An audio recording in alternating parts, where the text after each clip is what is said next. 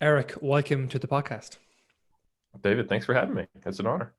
My pleasure. It's my honor, I think, because I was saying before we came on air, you've been such a massive part of my own learning and my own application to what we do with our clients and what we do in Doc Fitness as a whole. So I want to start this episode off by saying a heartfelt thank you for that. And secondly, I start every episode off like this: 10 seconds or less. What is it that you do? 10 seconds or less. I am a lifting nerd who got really nerdy and now helps other people find a sustainable approach to lifting for as long as they want to on their own terms. Brilliant. A nerd that got even more nerdy. Excellent. Um, let's expand a little, Eric, or give the listeners a little bit of context behind how did you get to this position now? What led you down this health and fitness path, I would say? That's a good question. Yeah, so I think it started with honestly just trying to find a healthier coping strategy with what was going on in my life way back in the early 2000s. Quickly became something like, oh, this is really, really cool. Maybe I don't need to have a masochistic relationship with it. Noticing I have a very obsessive personality. So very quickly, as I started to like lifting, it became everything I was interested in. So it became my studies, it became my passion, it became a competitive outlet, and then I also became a personal trainer. To kind of bring it more forward to the point where it was in the iteration that most people have seen. It started this 3D muscle journey. That was born out of my experience competing in natural bodybuilding and finding that while I loved it, it had a lot of potential downsides in my life because of my obsessive tendencies and the nature of the sport and that it demands so much of you.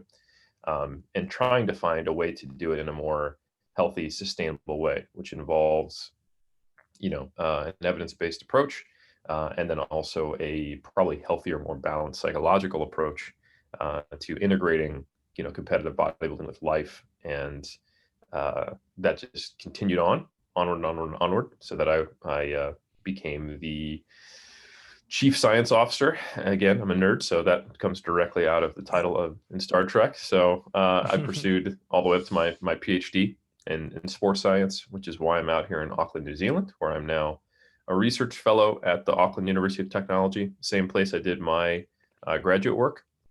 And I serve as like I said, the chief science officer, and I do a little bit of coaching on the side for 3DMJ, and it's expanded into, mass, the pyramids, and all the other things I do. So anyway, to circle back to your question, it was essentially born out of a both positive and negative relationship with health and fitness, the path I've taken, and seeing how prevalent that is, especially in weight class restricted strength sport like powerlifting, any sport that has an aesthetic component that involves dieting, like bodybuilding, um, and helping people find intrinsic motivation, deeper meaning, more happiness out of their training, and also just helping them get even more jacked and strong, because that's a lot of fun too.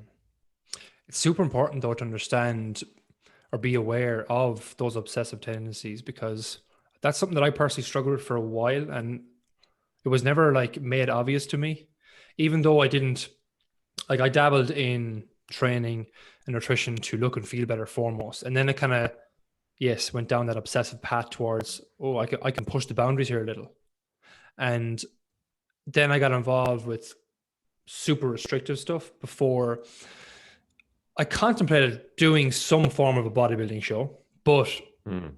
I never. I think the main reason I never took that step is because I'm involved in a team sport here in Ireland, and that always kind of stopped me in my tracks. But I developed, I'd say, an unhealthy relationship with food early on, and I think it's only for my love for it, my passion for it. And again, I do have obsessive tendencies. I am very particular about things, and when I do something, I give everything to it. I pour all my energy into it. But I was very similar in that regard. It did spark my career in this as well. So it's great that you pointed that out, in that you were aware of those, because once you're aware of things and aware of the type of person that you are, you can better make decisions in the future. I'm just keen to know, when did that switch happen in your head where, oh, it's like, I need to make this a sustainable thing, or else I'm just going to go down a path I don't want to go down? When did that switch Yeah, come in your head? so that's a good question. During my first contest season, I think actually shortly after it was over, this was '07. My wife, I wouldn't say she gave me an ultimatum, but she said, "Hey, love the trend of this bodybuilding thing. I see that you love it. It's great for you, but we can't keep doing it this way, because this is not good, you know." And it wasn't like, "Oh my God, what is she talking about?" It was like, "Yeah, I saw that coming." It was something that I knew, um, and I didn't really know how to stop myself, but it was very helpful to hear that it was impacting someone I cared about, and to kind of be forced to look at that. So while I think I knew, I think I was also very willing to maybe not focus on that a lot because of how kind of deep in the obsessiveness I was. So that conversation was very important, and that was before things really went off the rails, and I saw the personal negative consequences. Like, oh shit, I'm affecting other people. I need to change this. And then the contest season, I think shortly after that ended, and within 2 months after my show, I had put on 22 kilos in this rebound weight gain from how restrictive the diet was and how hard I pushed myself. Um, Looking back, probably would have had diagnosable binge eating disorder towards the end of it, and it did resolve itself. But it was that was really like, oh my God, this is shitting. And I started to see how commonplace that is. Certainly, that's on the more extreme end, but it's not like you don't hear that story frequently in competitive bodybuilding.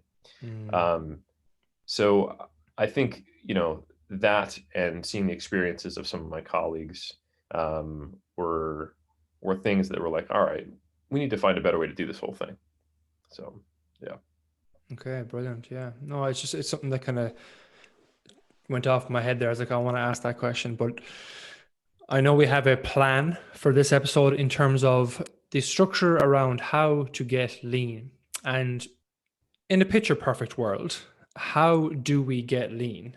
And I followed that. I ended off that question with, what is the cheat sheet to that? So like, there's no age bracket here. It's not a 40-year-old mother of three. It's not a 22-year-old has no responsibilities. Just in a picture perfect world, how do we get lean? Yeah, it's pretty straightforward actually. It's a sustained caloric deficit over time, with sufficient protein intake, and ideally, and I would say it's almost a bad idea to do it without this, resistance training regularly to maintain and maybe even gain some muscle mass, depending on who the person is. Like the two examples you gave, you know, some might have better hopes to gain muscle if they haven't gained much yet. Competitive bodybuilder probably looking to hold on to what they have. So yeah, it comes down to reasonable deficit, higher protein intake, maybe some work to increase energy expenditure, resistance training to hold on to muscle, and keep at it. Thank you, Eric, for coming on. That's it. Yeah, it's a great episode. I'm glad to be here.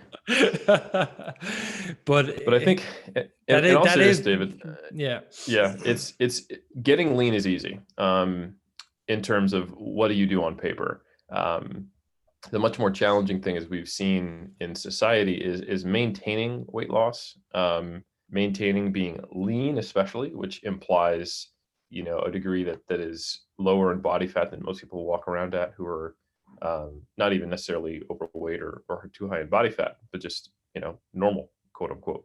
So I think there's a lot of questions around what is too lean, how lean should you be, what are the benefits of being lean, what are the downsides of being lean, and what are realistic goals. And then if you're trying to get really lean, that's where sustainability and adherence during the diet is actually sometimes the threat. It's not necessarily the what do I need to do. It just becomes, can I survive what I need to do? those are all sub questions I had planned for this as well, or I'd planned to pepper in throughout. But the first one that comes to mind is what to do after a quote unquote diet, because no matter what diet somebody does, yes, we're adhering to a deficit. And even if people go about them with, say, an evidence-based approach or evidence-based way, their protein intake is sufficient, they're training at probably more than they can sustain. I find a lot of people go back to what they call their normal eating habits. And even though they mightn't rebound as quick, they still end up going back to where they probably originally were over time. Because people just don't know how to come out of a diet, I don't think. A lot of people don't. Some people do. Some people just naturally find it okay because they nearly stick to the habits they've built during the diet.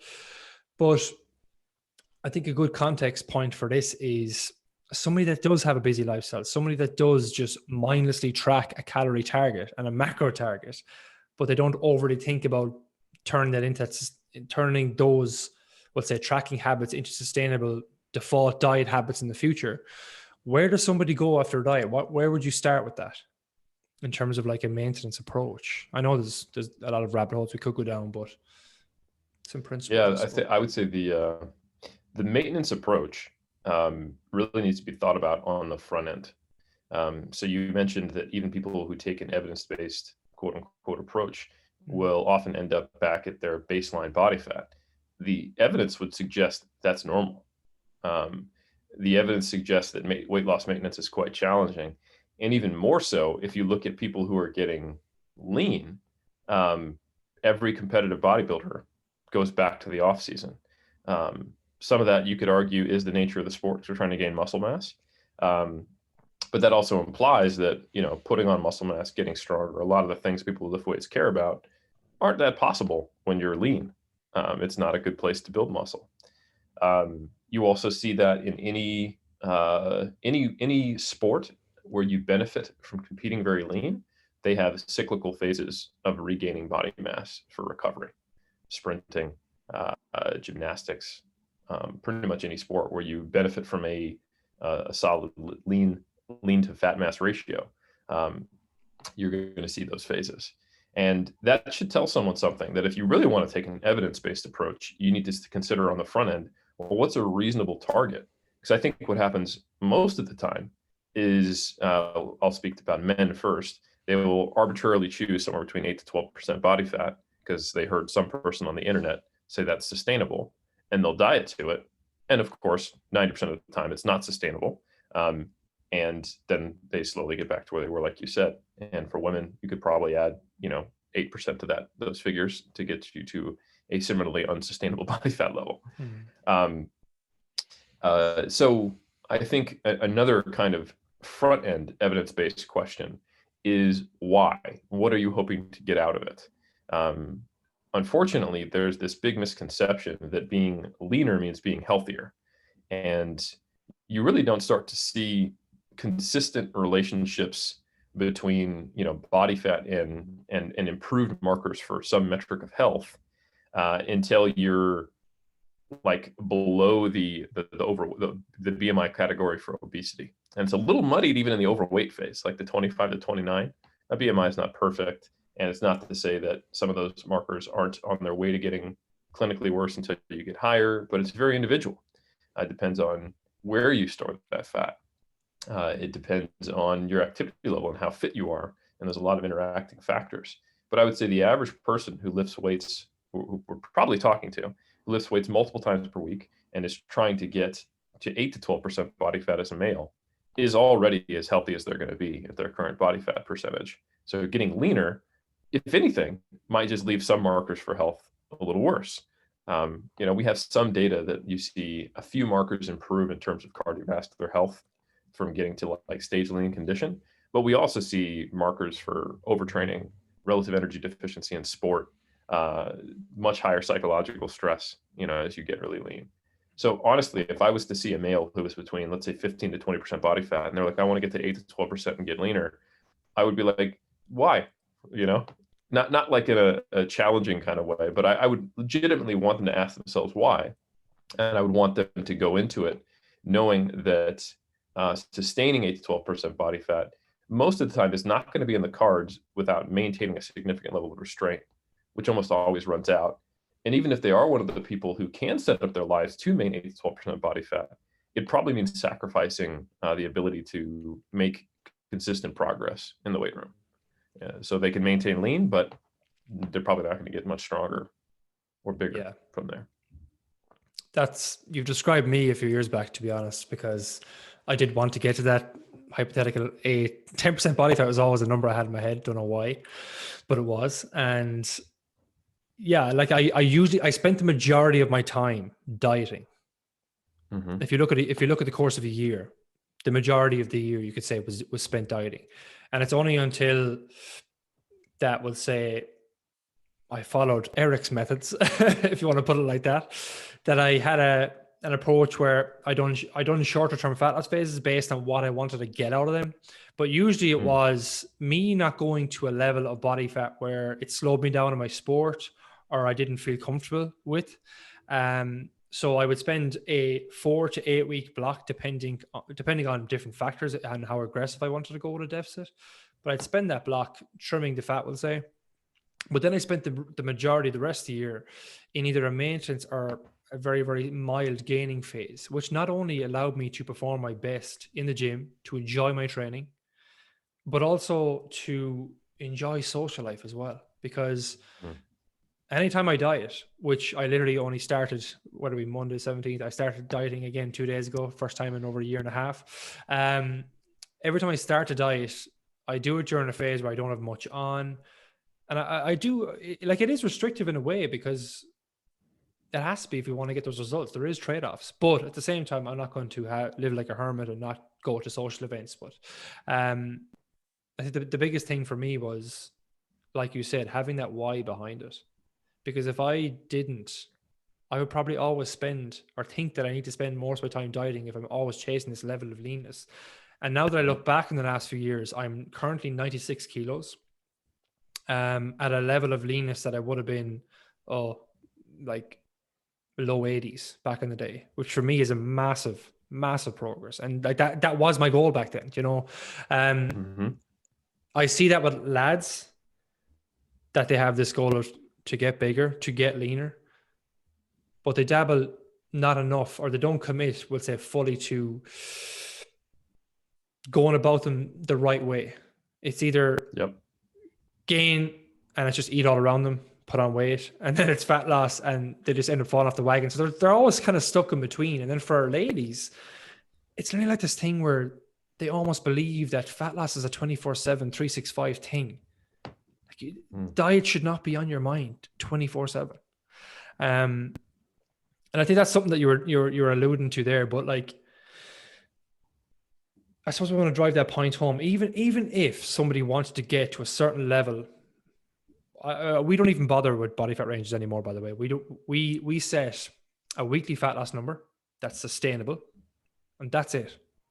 We keep going with that, dependent on the time that they feel they can stick to that diet. We help them come out of it in terms of like, what does maintenance calories look like without having to track it every day and night. And then we might dip back into a fat loss phase again if they want to, and if it's part of their goal. But like, we don't get hung up on exact body fat ranges, exact body weight targets. But what would you say? I suppose there's a few thoughts going around in my head on that when I'm talking now, but what would you say to the person where they want to get leaner, but they have that underwriting goal of wanting to get bigger down the line? What's the first thing that comes to your head when I say that? But sorry, no, just take it away. No, okay, yeah. I would say that a lot of the times you won't be happy with dieting down, because if you haven't built sufficient muscle mass yet, you're not going to like what you see. And like you've experienced, David, that once you have more muscle mass, even being less lean looks a little more impressive because there's a little more contour to your jiggly bits, you know. You with a nice muscular frame, you can carry more body fat. That's kind of from the pure aesthetic perspective, but I think you really nailed it when you were talking about kind of the mentalities that are most common. And you know, that's society plays a huge role in that. It's then exacerbated by social media, and we don't have great, you know, images and messages, either implicit or explicit, in fitness most of the time. Fat loss is always pitched as a positive, and every person who is selling something related to health or fitness as a image is almost always very, very lean. But the reality is that they had to diet for that photo shoot and then they gained body fat again. And even fitness models, they have to figure out where's the lowest end place I can hang out without it negatively affecting my life too much to where I'm in shoot ready condition, meaning within X amount of time, I can get in the kind of condition I need to be, which implies that they, even for them, are finding some sustainable level of body fat. So, and also again, these fitness models have built a ton of muscle mass. So to answer your question directly, I think it is really important to have kind of a ratio or a, like you said, I haven't dieted for a year and a half and I've just started dieting now. That's the way it should be. It takes a lot more time to build muscle mass, especially beyond the newbie phase, than it does to lose fat mass. Losing fat mass is just thermodynamics to some degree. That's an oversimplification, but it doesn't change much as you are a novice versus a highly experienced lifter. Gaining muscle mass changes tremendously. You know, in my first 6 months of training, my body weight went up 10 kilograms, but my body fat didn't appear to change. That has yet to have happened again since 2004. And if that does happen again, folks, I'm probably not going to be a part of 3D Muscle Journey with our tagline of 100% natural bodybuilding. So I think you really have to commit to the long haul when it comes to putting on muscle mass and kind of changing your body to some substantial level if an aesthetic goal is part of what you want to do. And that requires a lot of patience because it does mean spending a year, in total of say putting on lean mass before you go, you know what, I'm going to cut for a couple months. And like you said your words were trimming the fat. And it almost sounded much more of like the mechanical process of my hedges have overgrown. I got to bring them back. And then I'm going to restart on my garden.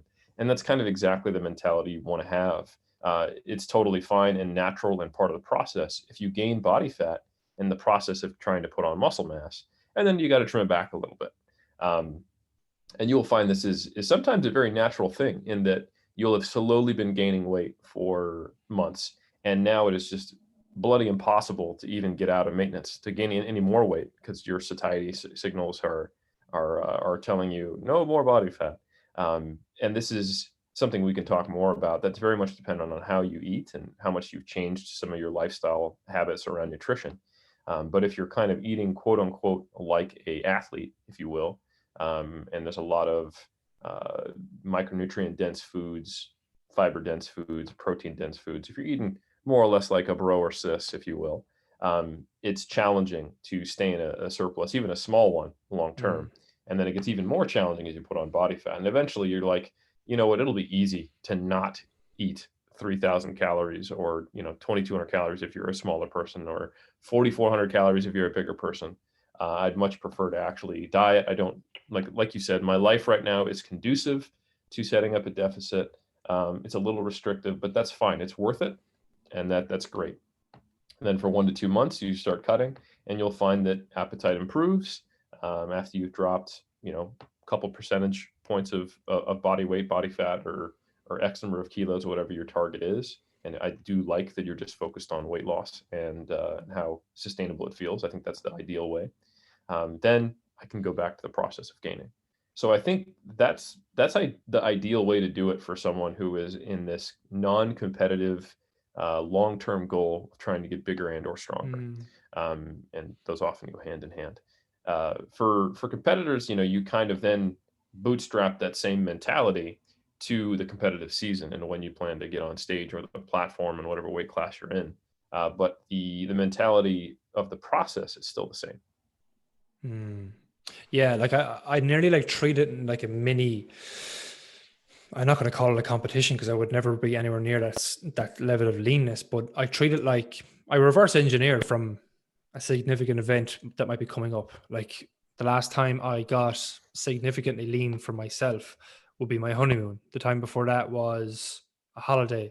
The year we got engaged, I think. So, but like you said, of me only going into a fat loss phase now after a year and a half, if I looking back, if I wanted to progress quicker, and by that I mean get bigger quicker, because that is the ultimate goal for me at the end of the day, bigger, stronger. And yeah, I can worry about leanness down the line, but ultimately I'm not going to get that overall bigger goal if I don't spend the time gaining. Um, if I was more aware a few years ago, I would have spent longer gaining. I would have spent 8 to 12 months plus gaining at a more reasonable rate, because like I just think life was better overall.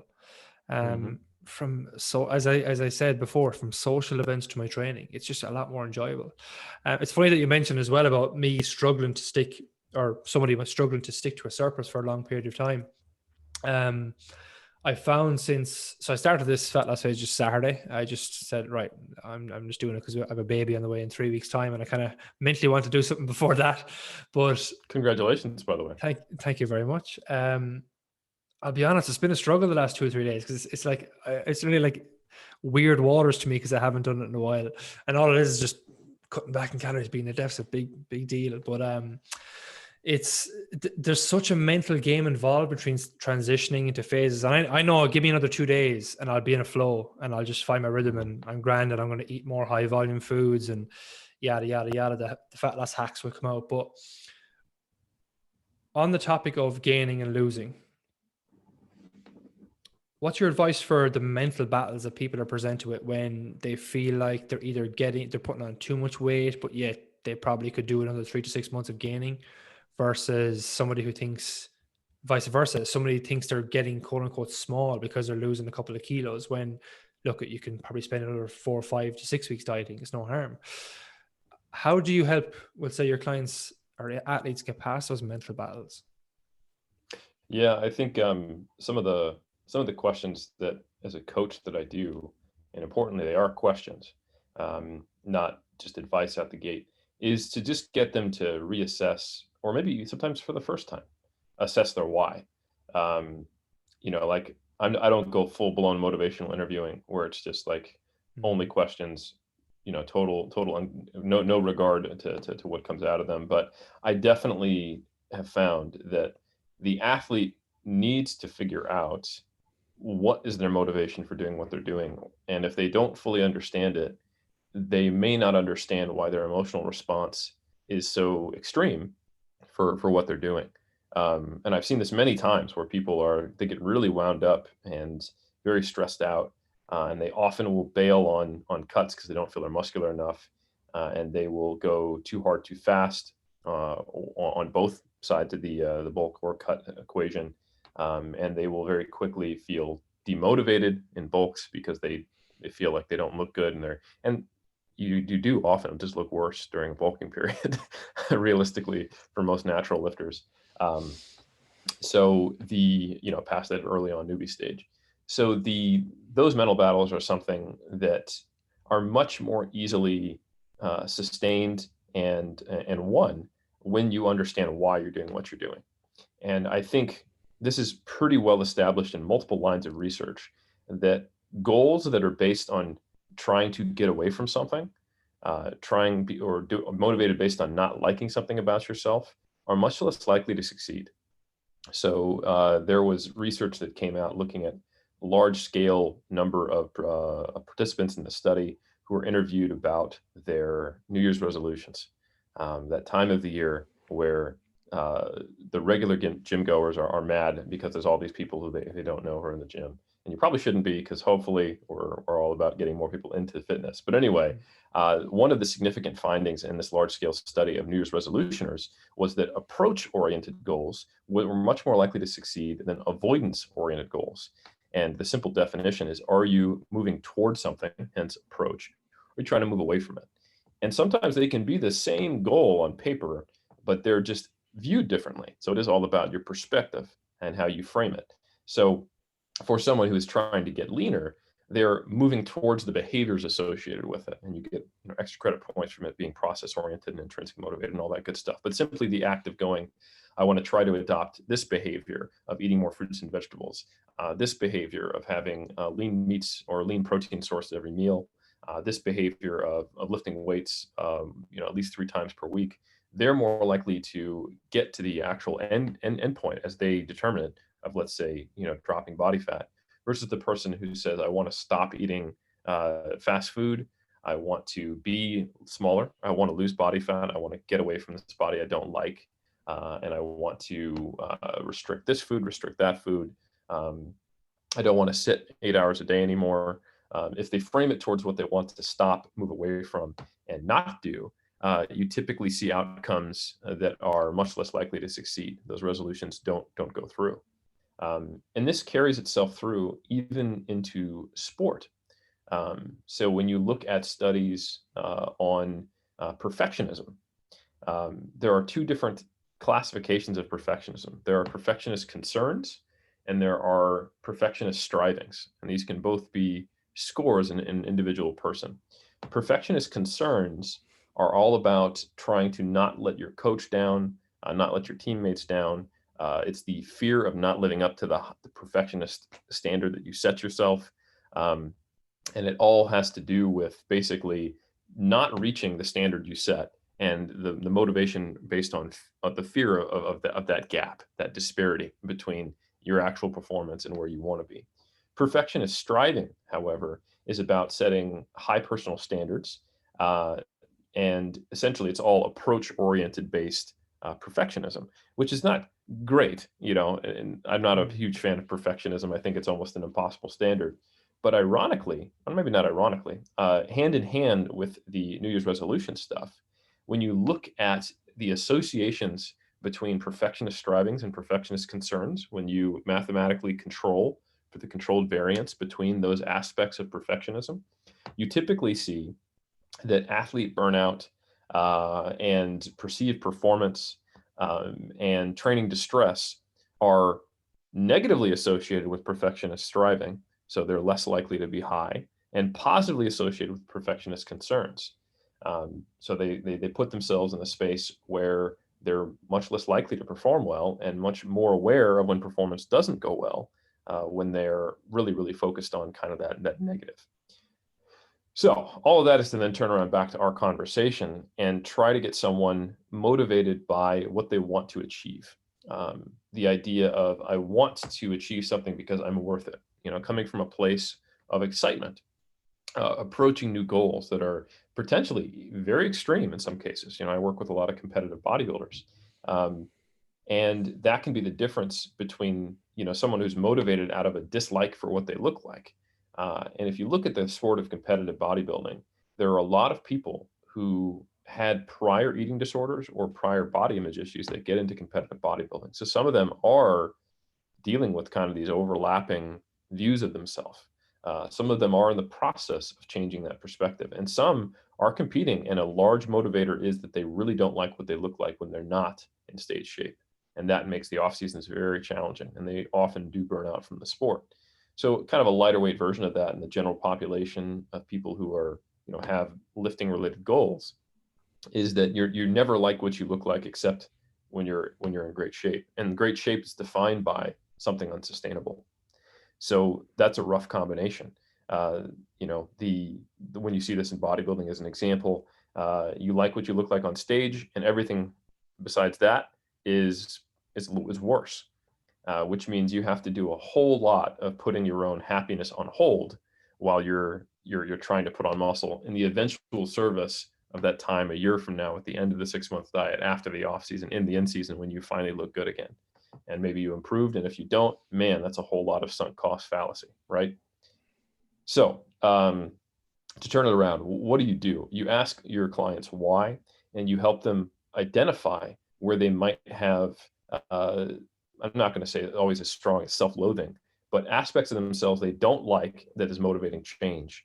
And you encourage them to see themselves as you're already an awesome, like you're awesome. Like your body, your heart beats on its own. You don't have to tell it to. You're able to go upstairs, walk around. There are people with no legs. There are people who are born with something that's going to kill them in a matter of months.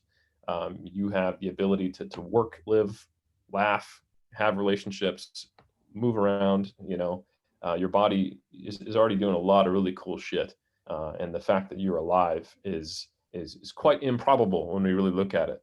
So I try to invite my athletes and my clients into maybe seeing something positive just about their body, regardless of what their body fat level is. And I do think that's a good reason to focus on performance in the off season for bodybuilders, even if it's not the objective thing they care about. They're not powerlifters per se. Just to see some aspects of what they can do versus simply looking at what they look like. And once you get them to be, all right, I'm at least not unhappy with who I am, then the goals don't need to be framed in a way of being avoidance or getting away from something. And you can encourage them towards going, all right, it would be really cool if I get to somewhere else. So I'm satisfied with who I am as a person, but man, wouldn't it be awesome if I could squat more, lift more, be bigger, fill out a shirt a little more, that would be fun. That would build my confidence. I want to do that for X and Y reason. So getting them to articulate that and eventually even believe it is I think a really important part of being able to therefore have delayed gratification. Because if you don't have those things, yeah, you can talk a good game and be like, yeah, I'm putting on body fat in the service of eventually building muscle, but the day-to-day dissonance and dissatisfaction with what you look like, it can still lead you down a pathway of depression and then doing all the things you talked about, bulking too fast, bailing on a bulk before you put on much muscle, cutting too hard and being unsatisfied with what you look like because you don't have muscle. And they might intellectually understand that they needed to actually be in a small surplus, slowly looking worse, but in the service of the greater good for 6 to 12 months before they then cut for 2 months and do it reasonably. But the ability to actually execute or to execute while not feeling miserable is just not there. No, that's brilliant, man, because one lady came to mind as you were talking there, in that she was with us for a while, and it was that very thing. She just did not like the way she looked, and she literally drove herself into the ground with going too hard the diet, too restrictive, too hard with the training, like a level she just could not sustain. Burnout set in. She ended up leaving, and I think it was like a year and a half later she came back, and I knew something had changed in her. She was already doing a bit of walking outside of resistance training. She had already lost a couple of kilos before she came back, and she looked good, but mentally she approached things in a much different light, and she just focused on.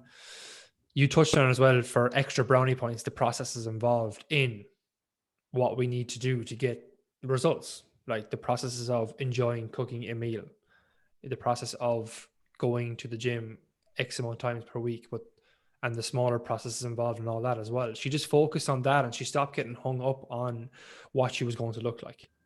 And that was the biggest thing that I noticed in her, in that she wasn't talking anymore about how she didn't like X, Y, and Z. And we just rolled with it. And her goals became way more deeper, in that she had a why where it came back to her health more than anything. She wanted to live longer, basically. And that might seem like a generic goal for people, but for people that have, let's say, family health issues, that is a massive goal for some people, because at the end of the day, the person who is sick only has one goal. The person who is healthy can have multiple goals, Mm-hmm. And it came back to what you were saying. It came back to having a stronger why. It came back to her identity as a person. And from there, we focused on the habits and behaviors she needed to do, and the rest is history, and that's what we try to do for every client. So I'm glad you brought that up.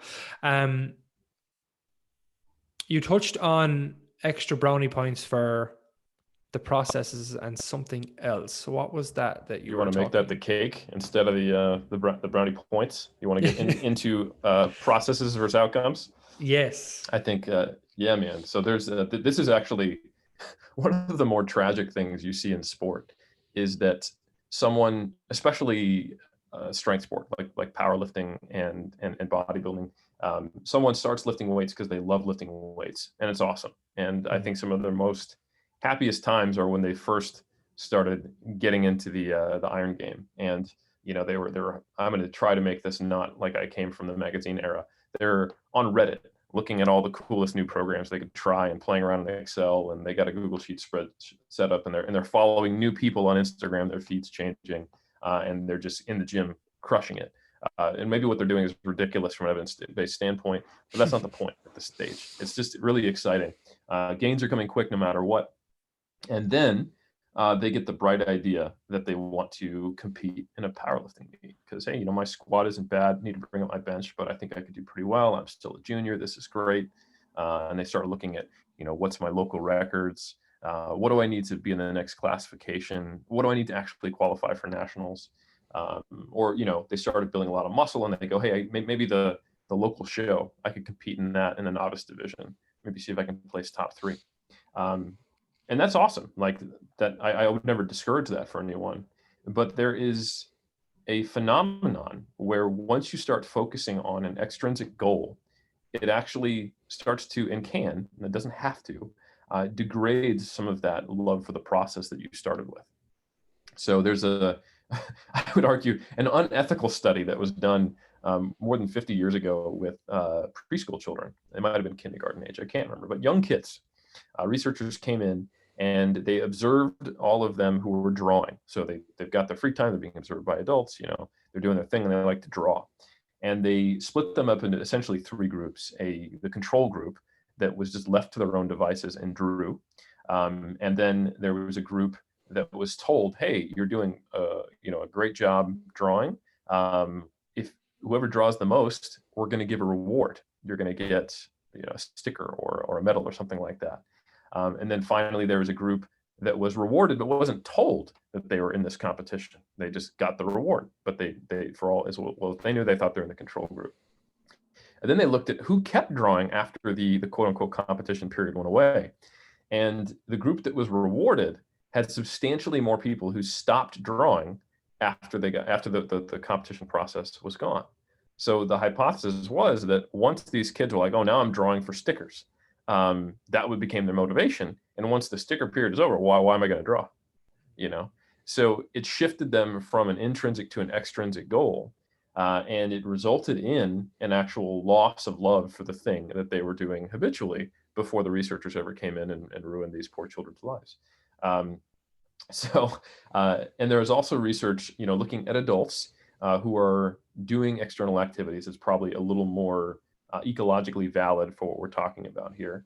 And this is a cool study done much more recently, looking at focusing on the process or focusing on the outcome.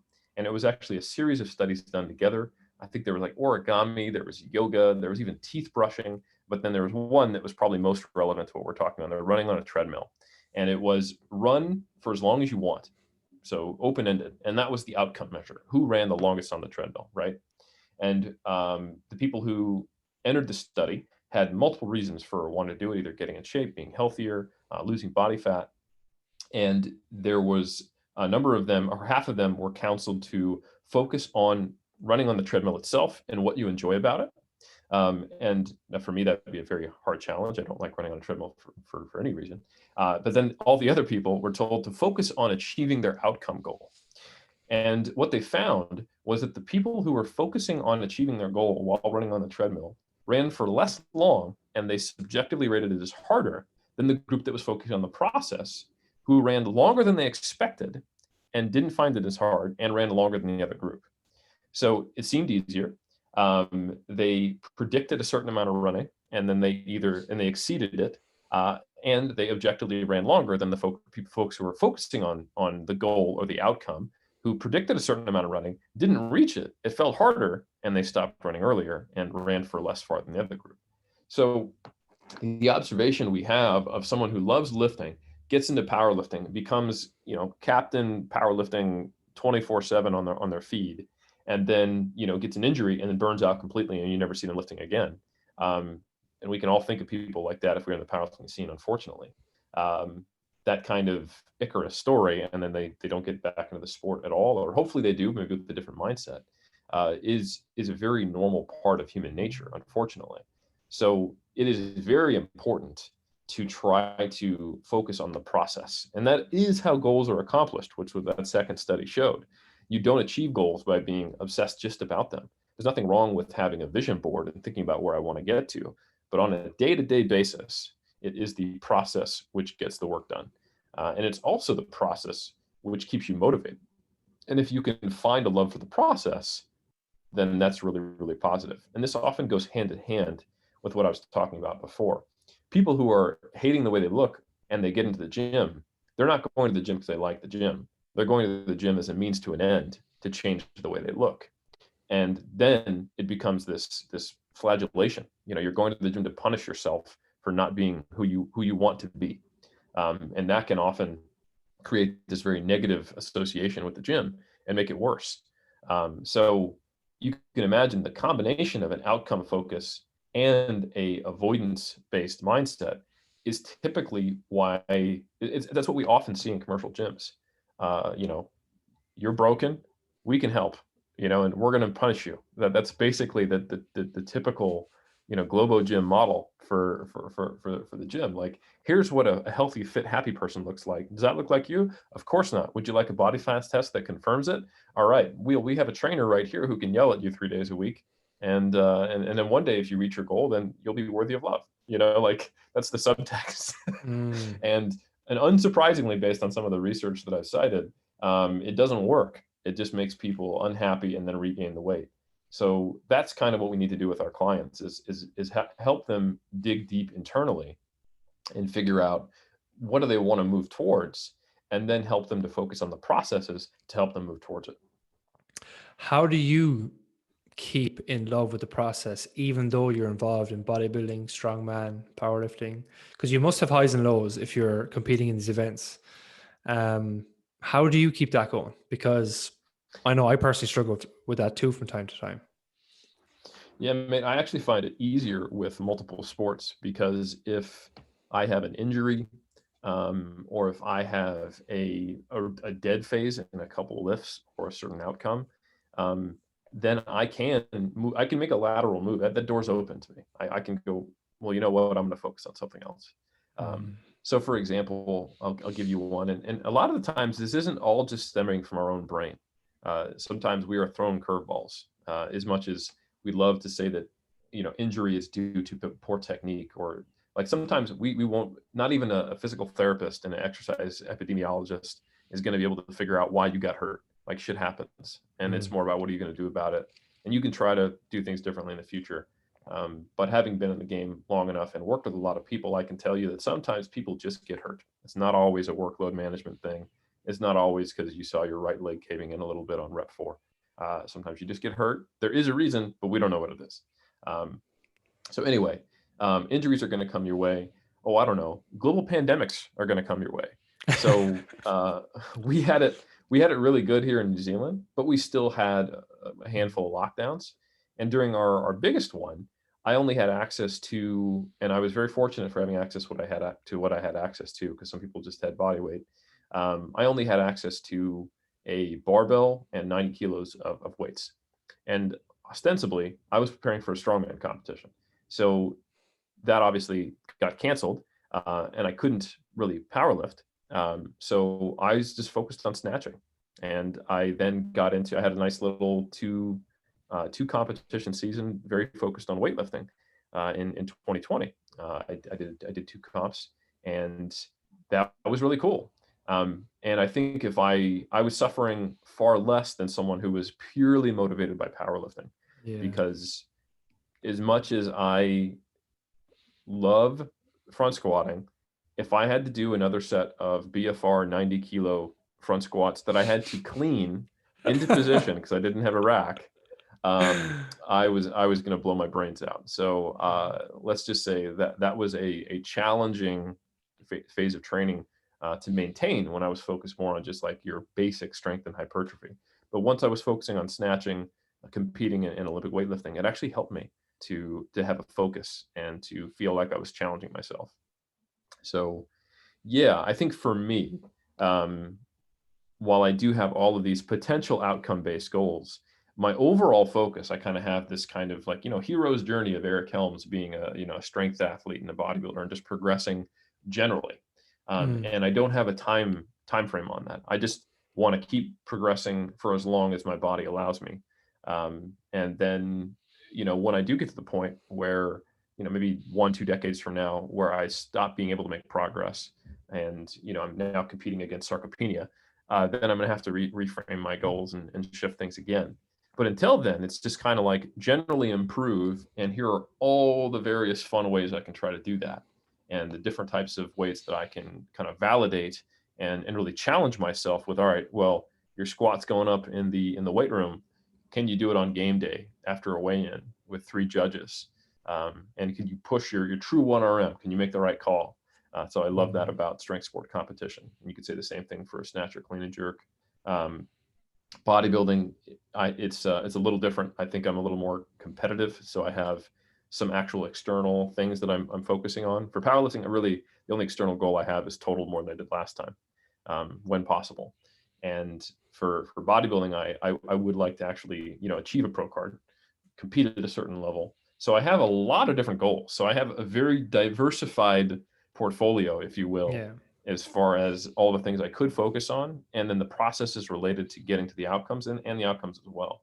Because I think it is important to say that I don't want to make extrinsic goals or external goals sound like a bad word based on what I said before. There's Yeah. nothing wrong with wanting to qualify for nationals, compete in the local meet, improve your total, chase down the 500-pound squat, what have you. It's just that those extrinsic goals are built on the backs of a huge amount of love for the process and a lot of an approach-oriented focus, and really having a positive mindset rather than one that is driven by dissatisfaction with where you are currently. 100%. I'm very similar now, but I think that's only come to me in the last couple of years, really, to be honest, in that I have this bigger picture thinking behind doing what I'm doing, so I don't get hung up on numbers. And like a big thing for me was I'd be training away mainly in a bodybuilding format, and I'd spend an hour floating through Instagram looking at all my powerlifting friends, and then like, oh my God, they're squatting X amount of kilos squats, they're doing this and bench. And it used to really frustrate me, like thinking that I need to do that with my own training, even though I'm not a power lifter. I'm not even a bodybuilder. I'm just somebody who enjoys training and wants to do it to get bigger and leaner over time. But I think the more I've just chilled out in it, focused on the process and just let things flow, the more I've enjoyed it overall. And like you said, I'm trying to also progress on like the macro level. Yes, if I do get injured a lot with the sport that I'm involved in. As you said, shit happens. It might happen more often for team sport athletes that are involved in um, gameplay scenarios where your arms and legs are going in every direction. But like you said, it's not, oh shit, what can't I, I can't do that now, so I can't do anything. It's more so my brain switches to, right, I'm restricted here, but I can do X, Y, and Z. And that was hard at the start. I think when somebody is injured first, it's like, and especially here in Ireland, like doctors, and depending on who you go to, you'll be told to rest and do nothing for 6 weeks. But we both know that there's a multitude of things that can be done. You can train around the injury and yada, yada, yada. But as soon as I got past that first battle, the next time I got injured, it was kind of like, right, here's the game plan. Let's go. And nothing changed. And I suppose besides that as well, my other love for training, basic progression, changing exercises certain exercises every block or every 2 to 3 blocks. That's it. Like that's my training enjoyment in a nutshell. I don't know if that's similar with the multiple different sports. It sounds similar because like you're changing exercises. You've went from, was it a powerlifting meet to a snatch? Yeah, I suppose we've talked about process versus outcomes. We've talked about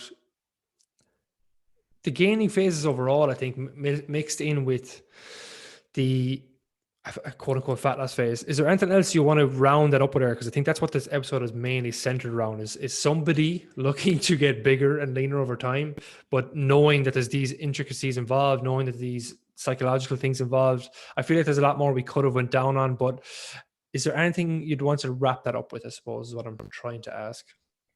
Yeah, maybe we finish with an actual cheat sheet with some more quantitative guidance. So listeners, this is where you get out your handy pen and paper, or you cock your eyebrow at me and go, look, I have the Notes app on my computer or smartphone, and that's fun too. So we talked about spending more time in a gaining phase than a cutting phase. Mm-hmm. And in general, unless you're someone who is starting from already a place of very high body fat, then I think a general guidance is no more frequent than a 4-to-1 ratio of spending time in a lean gaining phase versus a phase where you're actually dieting. So as an example, you might be 4 months at a minimum spending time in a surplus, trying to put on muscle slowly and steadily before you have a 1 month period to then, like David said, trim the fat, if you will. And that's the maximum frequency of when you would go into these phases. What these phases look like, I do think they should be based on a rate of weight gain or loss rather than getting to a certain body fat percentage or a certain body weight. General rule of thumb is losing between 0.5 to 1% of your body weight.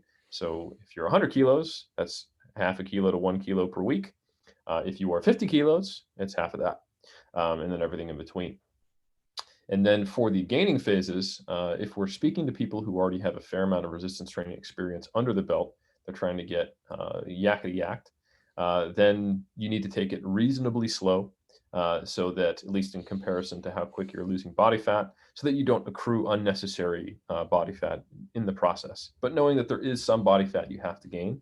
So we're probably looking at a rate of gaining maybe 1 to 2% of your body weight per month. That 2% closer is a better number for when you're, say, new to the game, and that 1% being closer to when you've actually got a fair number of notches on your belt for, PRs and how long you've been in the gym and you've had to change your clothes sizes once, etc. So those are kind of the big picture numbers. Within that, you probably want to have sufficient protein intake, like I talked about at the beginning of this episode. Good rule of thumb is a minimum of 1.6 grams per kg of protein. For anyone who's imperial, that's 0.7 grams per pound, and upward as much to a little over a gram per pound or a little over 2.2 grams per kg is certainly acceptable and may even help with satiety during your cuts. Those are the big rocks that you put in place. I would also recommend kind of things we talked about tangentially, is make sure that you have a lot of good fruits and vegetables in there. Eat your colors, especially during cutting phases, where those highly satiating foods that don't have a lot of calories would fit in nicely, and make sure that as you're cutting calories, you're not in a nutrient deficiency anywhere.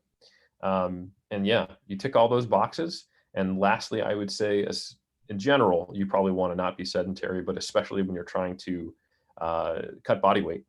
It'll help both the energy outside of the equation, and it'll also help with satiety and hunger management, is try to get your step count up to something reasonable. You don't necessarily have to do cardio to cut weight. It can help. But if sedentary is roughly around 2,000 to 4,000 steps per day, if there's data showing that if you get that up around to, say, over 6,000 steps per day, closer to 7,000 to 9,000, that's actually in the range where you start to see better metabolic responses to meals instead of them being slightly inhibited. You start to see the association between sedentariness and all-cause mortality go away, and you're probably going to have better body weight regulation through tighter, more regulated satiety and hunger. So be sufficiently active, eat fruits and vegetables, lean proteins, spend more time gaining, less time cutting, and when you cut and gain, have an appropriate rate. And that's the checklist. Fantastic. I loved where this podcast went, because the plan I had at the start was something different. And we talked about, I think, stuff is that more people need to hear around behaviors, process-oriented goals, et cetera.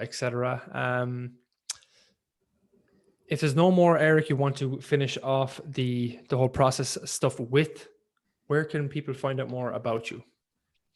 Yeah, so the one-stop shop is 3dmusclejourney.com. That is the number 3, the letter D, and then musclejourney.com, spelled normally. From there, you can find links to my books, The Muscle and Strength Pyramids. You can find links to, for the most nerdiest of nerdy, or just trainers who want to stay up on the research, monthly applications in strength sport that I do with my colleagues over at Stronger by Science, as well as Dr. Mike Zerdos. You can also find the 3DMJ podcast and our blogs, where we talk about a lot of this mindset related stuff and the practical aspects of coaching and competing, or being a recreational bodybuilder or powerlifter. And then if you want more day-to-day content to follow, you can follow me at Helms 3DMJ. And then if you want to catch my other podcast with Omar Isuf, you can check out Iron Culture on all platforms, where we discuss the history, science, and culture of the iron game. Nice. I will take all those anyway and pop those in the show notes for the listeners to get involved with. And Eric, Thank you very much. That was fantastic. Some very thought-provoking stuff involved there. There's going to be a lot to take away from this, even myself included. It gives me fresher on my own personal goals, my own personal training. So thank you very much. You're very welcome. Thanks for having me on. No problem.